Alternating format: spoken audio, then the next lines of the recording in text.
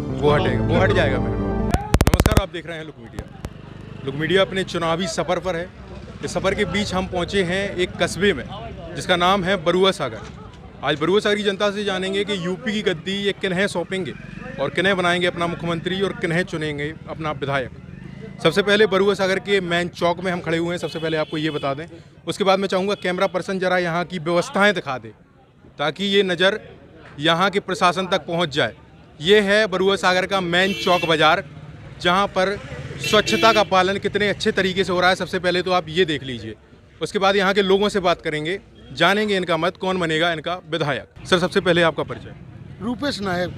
रूपेश नायक जी, Bharatiya Janata party कार्यकर्ता। Bharatiya Janata party से रूपेश नायक जी हैं।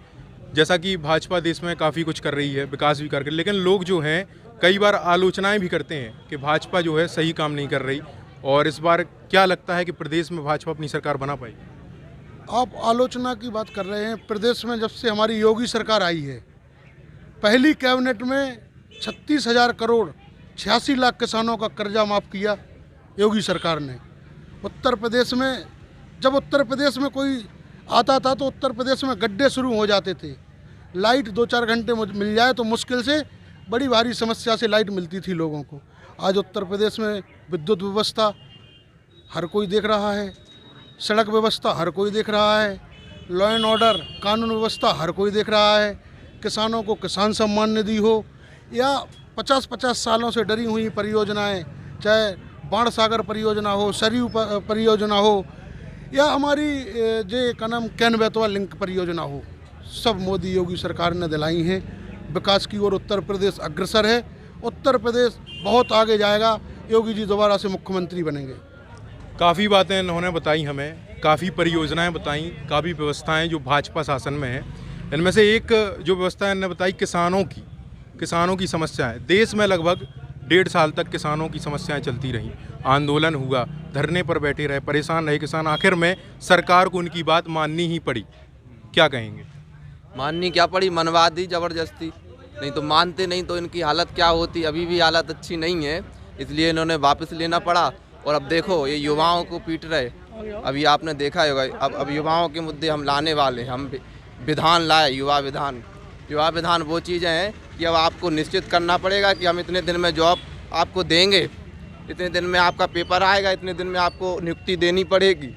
अब आप देखते जाओ कितना मजबूर कर। अच्छा, मतलब किसानों के जो कानून हैं वो भाजपा ने मजबूरन वापस लिए, ये कहना है आपका। कांग्रेस वाले कह रहे हैं किसान कानूनों को जो कि देश में लागू हुए थे उसे भाजपा ने मजबूरन जो है वापस लिया। देखिए, भाजपा हमेशा जितने भी निर्णय लिए किसानों के हित में लिए, और चाहे प्रधानमंत्री का अनुदान वाला हो 2,000 रुपये वाला, किसानों के हित के लिए ही है। बहुत से कार्यक्रम किसानों के हित में किए हैं। ऐसा नहीं है कि किसी चीज़ को अगर लगता है कि नहीं वो अनुकूल नहीं है तो उसके अनुसार उसको निर्णय लेते हैं। ऐसे हमारे प्रधानमंत्री और योगी जी की निर्णय लेने में तुरंत सक्षम है, किसी बात पर तुरंत निर्णय करते हैं। उनका कहना था कि हम किसानों को अपनी बात समझा नहीं पाए, यानी कि किसानों के लिए जो कानून थे वो निश्चित तौर पर बहुत ही अच्छे थे, उनके लाभकारी थे, लेकिन परंतु हम उन्हें अपनी बात समझा नहीं पाए। क्या है? चूँकि उस आंदोलन को पार्टियों के अंतर्गत बांट दिया गया, पार्टियों का हस्तक्षेप हो गया उसमें। अच्छा, मतलब वो आंदोलन नहीं पार्टी विशेष पर निर्धारित हो गया, इसलिए उसमें उसको वापस होना पड़ा जी। कुछ किसानों की आड़ लेके खालिस्तानी संगठन उसमें सक्रिय हो गए थे और किसानों को आगे कर रहे थे। अच्छे किसान आज भी मानते हैं कि वो किसान कानून अच्छे थे, क्योंकि इनने 20 चीनी मिलें तो उत्तर प्रदेश में बंद कर दी थी। 21 चीनी मिलें हमारी योगी सरकार ने चालू कराई है और 1.5 लाख करोड़ रुपए किसानों को गन्ना मूल्य का भुगतान किया है योगी सरकार ने। कहाँ थे जब किसान रोते थे, गन्ना किसान। का कहना है कि किसानों के रूप में कुछ खालिस्तानी या कुछ बहरूपिये भी शामिल हो गए थे। हमसे एक जन बात करना चाहते हैं कैमरे के पीछे से, आप आगे आइए प्लीज़, इनसे बात करेंगे। जी बताएं सर। भारतीय जनता पार्टी के लोग ये कहते हैं कि ये कानून अच्छे थे तो फिर वापस क्यों लिए? हम ये कहते हैं वापस क्यों लिए? उनका कहना है कि हम किसानों को अपनी बात समझा नहीं पाए। नहीं तो भाई महाराज ने ये कहा कि ये कानून अच्छे तो वापस क्यों लिए? या तो पहले गलत थे या फिर बाद में गलत हुए, तो वापस नहीं लेना चाहिए। अगर अच्छे थे तो वापस क्यों लिए? क्या कहेंगे सर? कृषि कानून वापस लेना जहाँ तक है, अगर लोगों में बंटवारा होता है तो हमारे मोदी जी को झुकने में कोई दिक्कत नहीं होती है। वो राष्ट्र प्रेमी व्यक्ति है। ये तो अकड़ समाजवादी और कांग्रेसियों की अकड़ है कि वो निर्णय लेके हम वापस नहीं जाएंगे। जे इसको सिद्ध थोड़ी कर पाएंगे। किसानों को हर काम करने वाले, चाहे फसल बीमा, चाहे किसान सम्मान निधि, चाहे गन्ना भुगतान, हर कार्य मोदी जी कर रहे हैं। इन लोगों ने 70 साल में कुछ नहीं किया, जो कर रहे हैं मोदी जी कर रहे हैं। चलिए, सरकार ने क्या किया ये तो जनता जो है सही रूप से बता पाएगी। तो जनता से बात करेंगे, कुछ जनता के लोग भी यहाँ पे। क्या नाम है आपका? रफ़ीक मंसूरी। रफ़ीक मंसूरी जी, क्या किया सरकार ने 5 सालों में अपने कार्यकाल में आप लोगों के लिए? 5 साल में यहाँ बेरोजगारी सबसे ज़्यादा है। बाज़ार में भी हो, शहर में भी हो, हर जगह बेरोजगारी है। और इसमें अभी छात्र लाठी खा रहे हैं। इलाहाबाद में ट्रेनों में रोजगार मांग रहे हैं, उन्हें नौकरी चाहिए। उन्हें कल और आज में लाठी पड़ रही हैं। भाजपा सरकार में नौकरियां नहीं है। नौकरी थी और आधी से ज़्यादा वैकेंसी खाली पड़ी हैं, अभी भी वर्तमान में खाली पड़ी हैं। आप हर जगह देख सकते हैं। कल इलाहाबाद में लाठीचार्ज हुई, ट्रेनें रद्द हुई कल। क्या सरकार देख नहीं रही? प्रधानमंत्री छात्रों का उत्पीड़न किया जा रहा है क्या भाजपा सरकार में? का छात्रों का उत्पीड़न किया जा रहा है? जी, बहुत उत्पीड़न किया जा रहा है। और इससे ज़्यादा किसी शासन में 70 साल की जो कह रहे हैं ना, क्या किया तो इन्होंने बेचा क्या है? बेकर कुछ नहीं किया कांग्रेस ने। क्या बेच रहे हैं ये लोग? चूतिया बना रहे हैं सारे लोगों को, बेच खा रहे हैं ये लोग। कृपया जो है कैमरे के सामने, मीडिया के कैमरे के सामने अपशब्दों का उपयोग मैं चाहूँगा ना किया जाए, क्योंकि ये चीज़ें बिल्कुल भाषा शैली जो है कृपया अपनी सुधार करके रखें।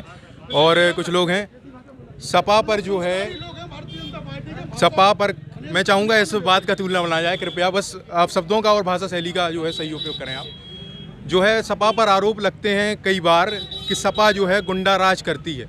यदि सपा शासन प्रदेश में आता है तो गुंडई हो जाती है। इस पर आज चर्चा करेंगे। सर, क्या नाम है? सबसे पहले तो आपको बहुत बहुत धन्यवाद कि आपने ये बरुआ सागर में जो कार्यक्रम रखा है एक डिबेट का। तो हम चाहते हैं कि ये डिबेट बिल्कुल निष्पक्ष और पारदर्शी हो। मन में किसी प्रकार का कोई नीयत में, नेक में कोई खोट होना चाहिए। आप जो भी दिखाएं जनता को बिल्कुल साफ स्वच्छ दिखाएं कि वर्तमान में क्या हो रहा है। आपको अच्छी तरह मालूम है और हमको मालूम है और पूरी जनता को मालूम है। समाजवादी पार्टी का मैं बबीना विधानसभा का उपाध्यक्ष हूँ। मेरा नाम दिनेश मिश्रा है और 32 सालों से मैं समाजवादी पार्टी की सेवा कर रहा हूँ, निस्वार्थ रूप से एक सिपाही के रूप में।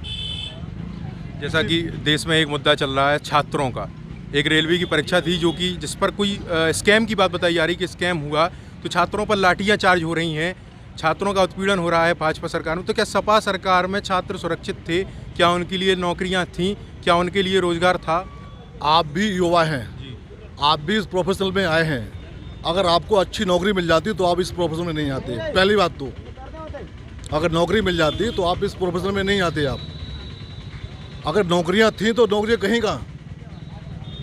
कितने पेपर लीक हो गए हैं अभी, कम से कम आपको तो मालूम है, आप युवा हो, 16-17 पेपर लीक हो चुके हैं। कभी टेट का, कभी बंदरोगा का, कभी पुलिस का, कभी छात्रों का। कितने पेपर लीक हो चुके हैं सरकार के?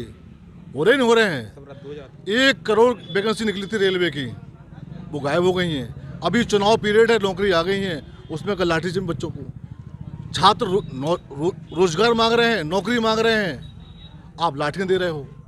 जैसा कि युवाओं से बात करेंगे। अब युवा से हम बात करेंगे कि सपा शासन में रोजगार था या भाजपा शासन में रोजगार नहीं है, या जैसा कि सर ने कहा कि भाई भाजपा शासन में पेपर लीक हो रहे हैं, यानी कि जो परीक्षाएं हैं वो सुरक्षित नहीं है। क्या कहेंगे? अमूमन बात ये है कि 9 पेपर लगातार लीक हुए। अभी की खबर है ये गुजरात में बैंकिंग का पेपर लीक हो चुका। और सबसे पहली बात ये कि CBT बंद होना था पेपर, इसके बाद फिजिकल होने के बाद डायरेक्ट भर्ती होना था।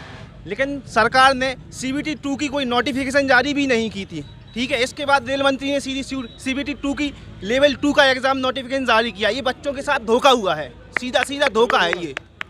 ठीक है, अगर 3 दिन तक अगर प्रदर्शन कर रहे थे, इसके बाद ट्रेनों में हाथापाई हुई, आगजनी हुई जो भी, तो इसके पहले अगर कर रहे थे जो प्रदर्शन हमारे बच्चे, ठीक है, स्टूडेंट, तो आप इससे पहले ही आप निर्णय ले लेते कि बच्चे 3 दिन से ट्विटर पे लगातार प्रोटेस्ट चल रहा था इसके खिलाफ ट्रेंड। ठीक है, आपने देखा होगा, आप खुद मीडिया एंकर हैं अच्छे खासे, तो इसकी वजह से मैं कहना चाहूँगा कि ये छल हुआ है बच्चों के साथ पूरा।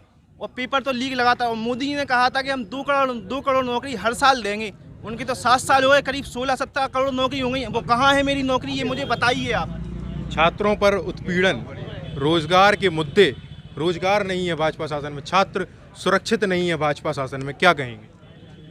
छात्र सुरक्षित हैं, जो अच्छे कंपटीशन देने वाले बच्चे हैं और निरंतर नौकरियों में वो पहुंच रहे हैं। समस्या क्या है कि जहां 1 लाख वैकेंसी निकलती है वहां 1.5 करोड़ फॉर्म जाते हैं और जो बच्चे सिलेक्ट नहीं हो पाते, जो योग्य नहीं हैं, जो राजनीति को अपना पेशा बना के पैसे कमाना चाहते हैं, वो कुछ प्राइवेट इंस्टीट्यूशन वाले भी उनको बरगला के और उनको गलत तरीके से डील करके और उन लड़कों पे हिंसा, आगजनी, इस तरीके का कार्यक्रम कराते हैं। ये सारी देश विरोधी गतिविधियां हैं। भाई आपको कोई काम करना है या कोई कंप्लेंट आपकी है तो प्रॉपर फोरम पे आप शिकायत करें।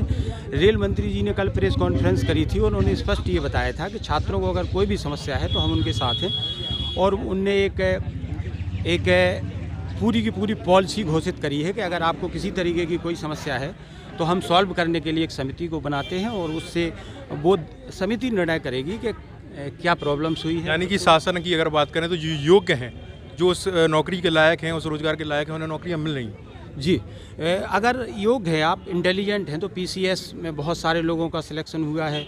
इसके बाद आपने देखा होगा पुलिस में सिलेक्शन हुए हैं और फिर प्राइमरी टीचर्स में 70,000 की 69,000 की ये भर्तियाँ हुई थी। सिलेक्शन तो लगातार हो रहे हैं। देश की आबादी इतनी है, देखें 135 करोड़ देश की आबादी होने के बाद हर कोई ये उम्मीद करे कि मुझे गवर्नमेंट जॉब मिल जाएगी, तो ये संभव नहीं है। किसी भी तरीके से आप इसको जस्टिफाई नहीं कर सकते हैं। अच्छा, जैसे कि बरुआ सागर की अगर बात करें, बरुआ सागर बबीना विधानसभा में एक ऐसा कस्बा माना जाता है जो अपने आप में बहुत अच्छा महत्व रखता है।